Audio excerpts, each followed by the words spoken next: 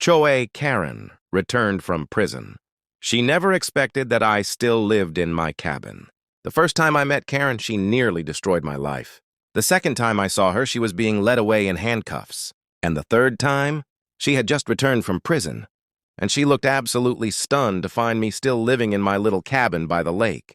My name is Daniel, and 10 years ago, after losing both of my parents in a car accident, I inherited a small lakeside cabin in northern Montana.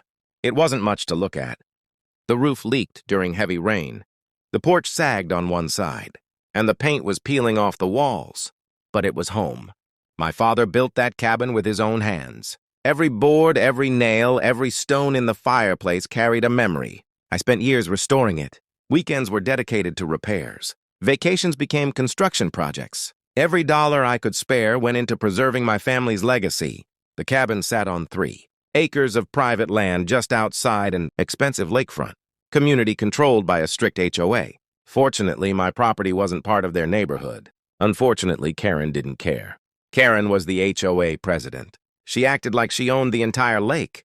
If someone parked their boat wrong, Karen complained. If someone's grass was half an inch too tall, Karen complained. If children laughed too loudly near the water, Karen complained. And when she noticed my cabin sitting outside her authority, she became obsessed. For months, Karen kept sending letters claiming my cabin violated HOA regulations. I ignored them. Then she started showing up in person. That cabin lowers property values, she'd tell me. You need to either renovate it to HOA standards or sell it.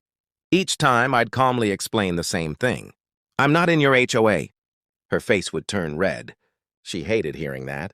One afternoon, I returned home from work and found contractors tearing down my fence. I ran toward them. "What are you doing?" One worker shrugged. "The HOA hired us." I immediately ordered them off my property. The workers left, but the damage was done. That night, I installed security cameras around the entire cabin. Thank goodness I did.